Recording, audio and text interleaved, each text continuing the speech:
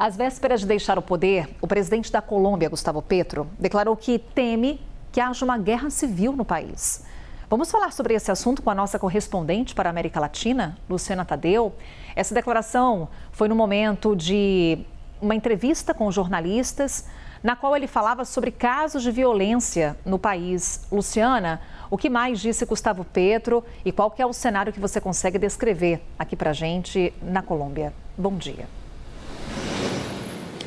Oi, Carol, bom dia para você, para todos que nos acompanham. Carol, Gustavo Petro continua com declarações incendiárias a poucos dias da posse do novo presidente do país, Abelardo de la Espriella. A posse dele está marcada para essa sexta-feira em Cali. Essa posse foi transferida de Bogotá, onde aconteceria, para Cali, justamente a pedido do presidente eleito. Houve uma autorização do Congresso para que a sede, do Legislativo fosse transferida para que essa posse seja realizada lá no Valle do Cauca. Porém, Gustavo Petro ressaltou nessa fala para jornalistas ontem que atentados estão acontecendo. Falou de ataques a lideranças indígenas e da denúncia de um deputado do Pacto Histórico, a coalizão de Gustavo Petro, que afirmou que foi vítima de um atentado com disparos. Então, Gustavo Petro disse nessa declaração para a imprensa que está muito claro o que pode ser uma guerra civil na Colômbia. Nesse mesmo dia, Carol, dessa declaração, mais cedo, Gustavo Petro tinha falado sobre esses ataques na rede social X, falando que esses aqui começou o tradicional baile vermelho da morte com esses atentados a lideranças indígenas. Inclusive, chegou a solicitar ao movimento indígena da Colômbia, ao movimento camponês e estudantil, organizar guardas libertadoras para resistir a assassinos. Então, dizendo que essas guardas são formas de milícia popular que devem atuar em coordenação com o exército. Então, estimulando aí a população dessa região a criar movimentos de autodefesa para se defender de ataques. São declarações muito polêmicas que, claro, geram inquietude em um país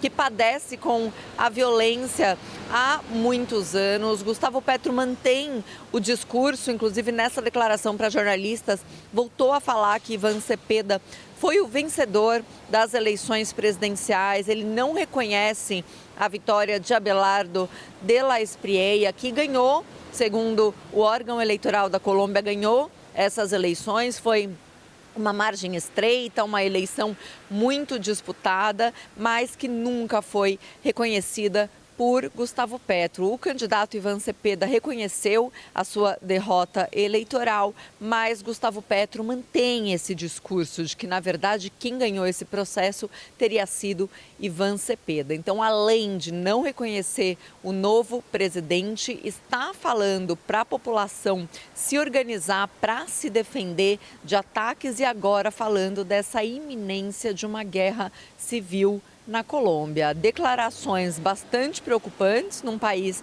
extremamente polarizado, que agora vai ter um novo presidente. A posse de Abelardo de la Espriella marcada para a próxima sexta-feira. Com certeza não vai ser um governo fácil com esse nível de resistência por parte da oposição. De fato, Gustavo Petro, essa declaração dele convive com outras, que é pedindo para a população calma se houver manifestações no dia da posse de Abelardo de la Espriella, que a população mantenha calma, que faça manifestações pacíficas, mas paralelamente dizendo que a população e as lideranças indígenas estão sendo atacadas e que precisam se organizar para resistir e se defender, e falando também dessa probabilidade de uma guerra civil no país, Carol.